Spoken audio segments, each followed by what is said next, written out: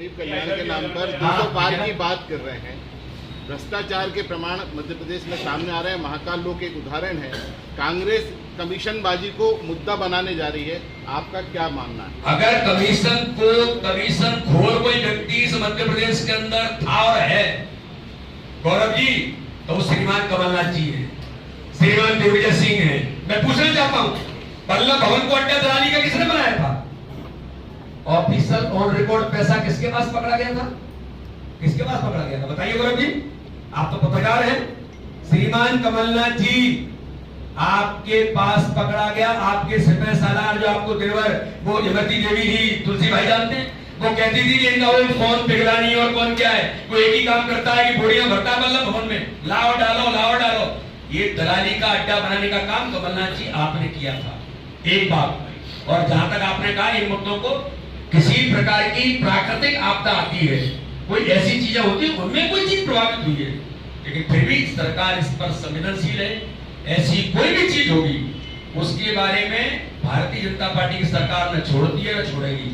अगर कोई दुर्घटना हुई है तो उसके बारे में क्या उचित कार्रवाई करनी चाहिए वो तो होगी, लेकिन इस मध्य प्रदेश को लूटने का काम तो इन दोनों लोगों ने किया था। ये प्रूव्ड है।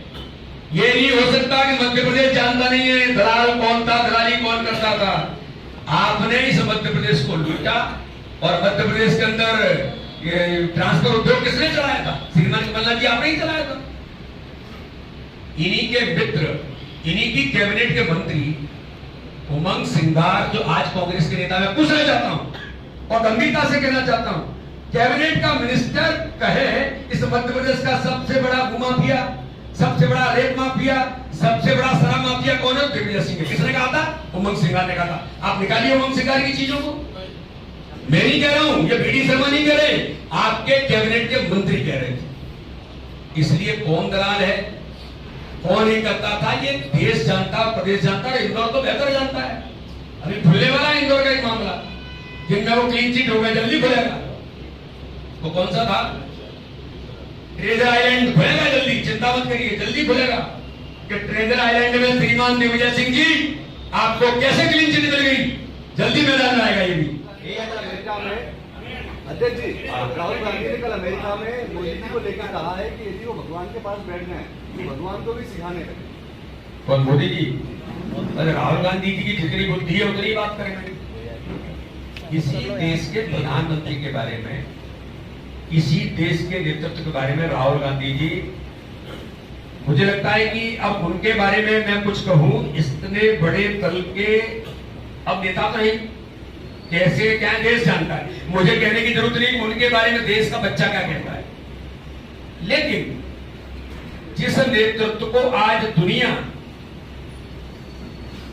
यूक्रेन रूस का युद्ध के समय भारत के इतिहास में नहीं, दुनिया के इतिहास में राजनीतिक तौर पर ऐसा कोई नेता नहीं रहा होगा कि अपने देशों के व्यक्तियों को, बच्चों को निकालने के लिए वो कहे कि युद्ध विराम करो और दोनों देश युद्ध विराम करो और बच्चे बाहर आ जाएं।